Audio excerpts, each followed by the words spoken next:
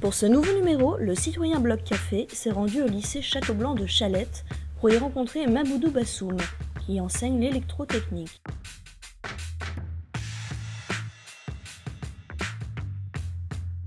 Également adjoint au maire à l'enfance et à la jeunesse de la mairie de Chalette, c'est une classe un peu particulière qui a des questions à lui poser.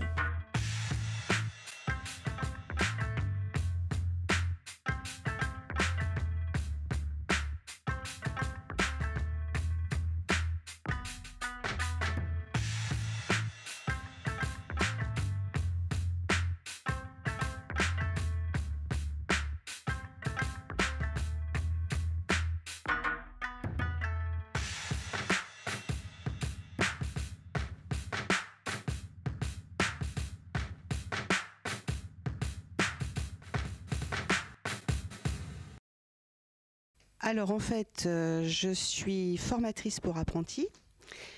J'enseigne au CFA de Montargis et j'enseigne ici au lycée Château-Blanc avec la classe d'ARTP. Donc action de remobilisation à temps plein. Ce sont des jeunes qui ont décroché du système scolaire et qu'on remet à niveau en vue de les réintégrer dans un cursus classique. L'ARTP en fait s'est mis en place donc par le rectorat et ce sont des actions mises en place année par année. On met ça en place pour les élèves de fin de 3e qui n'ont pas eu leur orientation scolaire ou des élèves de bac pro qui ont abandonné une formation en cours ou des élèves qui n'ont pas trouvé l'apprentissage. On prend par action 16 élèves, mais ça c'est sur le Loiret, 16 élèves par action. En général on remplit.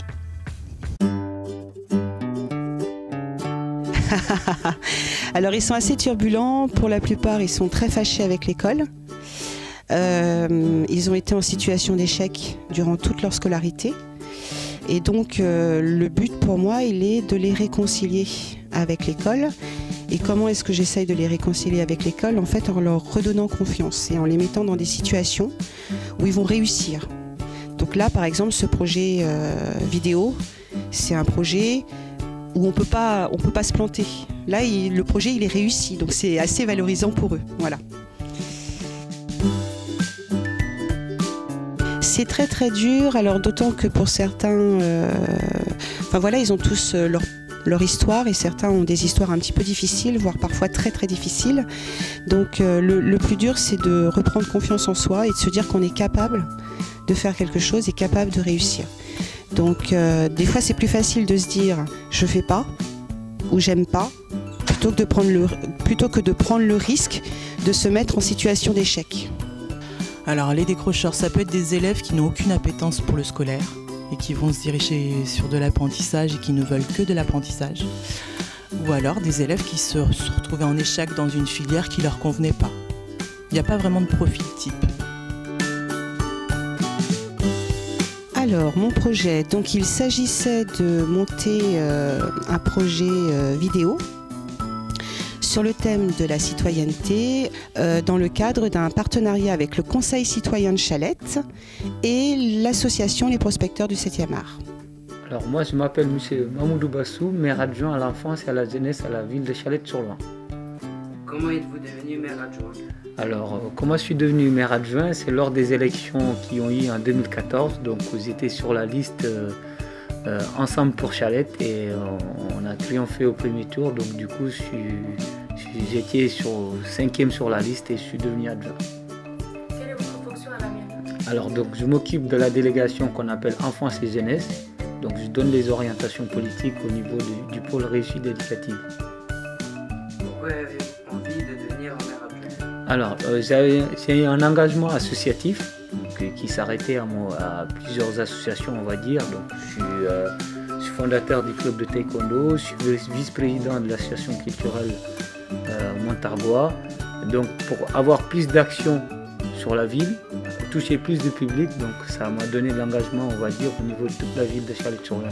Savoir une association, c'est un groupe, des adhérents, alors que la ville, ça touche toute la population chalettoise. Alors comment on devient maire? Donc lors des élections municipales, donc on construit une liste avec sur Chalette on est 33, donc on construit une liste de 33. Donc sur les 33, il y a 32 conseillers et le 33e, c'est le maire. Donc la tête de liste se propose d'être maire et une fois qu'on a été élu, l'ensemble des conseillers municipaux, ils vont élire le maire. Quel est le rôle du maire dans la ville? Alors le rôle du maire, le maire il a plusieurs fonctions au niveau de la ville, il gère, donc on va dire, il y a plusieurs compétences. Donc là par exemple on peut parler au niveau scolaire, donc toutes les écoles primaires, c'est la ville qui gère cette compétence-là, donc il donne les moyens à l'éducation nationale. Donc on a par exemple les ATSEM, on a les infrastructures, la construction d'écoles primaires, donc ça c'est le maire qui gère. Et après on a d'autres fonctions que le maire il gère, on va dire toute la partie administrative. Donc quand on veut faire sa carte d'identité, on va à la mairie. Quand on veut construire une maison dans la commune, on dépose un permis de construire. Donc à Chalette, c'est la mairie qui étudie le permis de construire. Comment fonctionnent les élections municipales? Alors les élections municipales, comment elles fonctionnent? Donc, tout citoyen lambda peut, avec plusieurs personnes, constituer une liste ou vouloir être conseiller. Donc c'est pas forcément d'avoir une liste de 32 personnes, de 33 personnes sur Chalette. À chaque commune, en fonction du nombre d'habitants, on a un nombre de conseillers qu'on peut élire. Et toute personne, tout citoyen peut demander à être conseiller. Donc il dépose au niveau national, au niveau local, on dépose une liste et à partir de là, il y a des élections. Donc on fait une liste et les gens ils votent lors des élections municipales pour telle personne, pour telle liste, pour telle liste. Et à partir de là, c'est ceux qui ont obtenu 50% tout de suite au premier tour, ils sont élus. S'il y a moins de 50%, on passe à un deuxième tour. Et après, au deuxième tour, en fonction du nombre de voix qu'on a, on a le nombre de conseillers sur la liste. Et une fois qu'on a tous les conseillers, à partir de là, on fait un conseil municipal qui va élire le maire. Pouvez-vous nous expliquer le principe de liberté? Alors, le principe de liberté. Le principe de liberté, c'est très simple. Moi, ma liberté, elle commence là où s'arrête celle des autres. C'est-à-dire, je suis libre ici d'être là, de parler avec vous. Il y a pas on n'est pas dans un pays où il y a la guerre, parce que quand il y a la guerre, il n'y a pas la liberté. Donc on n'est pas libre d'aller et de venir, de travailler, de vivre. Maintenant, après, la liberté de manière globale, si on touche si on enlève que la partie paix, c'est aujourd'hui, on est en France, on a la liberté d'expression, on a la liberté de la presse, on a la liberté de culte, on a plusieurs libertés sur lesquelles on respecte. Comment vous expliquez le principe de l'égalité? Égalité, donc c'est l'égalité de droits et de devoirs. C'est-à-dire aujourd'hui, quand on parle du code de la route, on est pareil. Tout le monde doit respecter le code de la route. Donc ça, c'est les égalités de devoirs. Et l'égalité de droits, donc on a les mêmes droits. Pouvez-vous nous expliquer le principe de fraternité? Alors fraternité, le mot fraternité, ça vient de frère, donc on est frères. Donc on ne se fait pas la guerre. Si on commence par le grand principe, donc on est frères, on ne se fait pas la guerre. Ça c'est le premier. Et le principe de base dans une famille, quand on est frères, on s'entraide. Et donc fraternité, c'est vivre ensemble en s'entraidant. Alors, la laïcité, c'est la liberté de culte. J'ai le droit de croire à quelque chose ou pas. Et chacun, dans sa croyance, on le respecte. J'ai le droit de croire à une religion, donc celui qui ne croit pas doit respecter celui qui croit. Mais celui qui croit à une religion doit respecter à celui qui ne croit à rien. Donc ça, c'est la liberté de culte. On est libre de croire à quelque chose ou pas, mais dans le respect de chacun. On accepte tout un chacun dans sa croyance. C'est ça la laïcité. Merci. Merci à vous. Avant le droit des votes, enfin après je pense, les filles et les femmes n'avaient pas le droit de parler, tout ça, c'était que les hommes.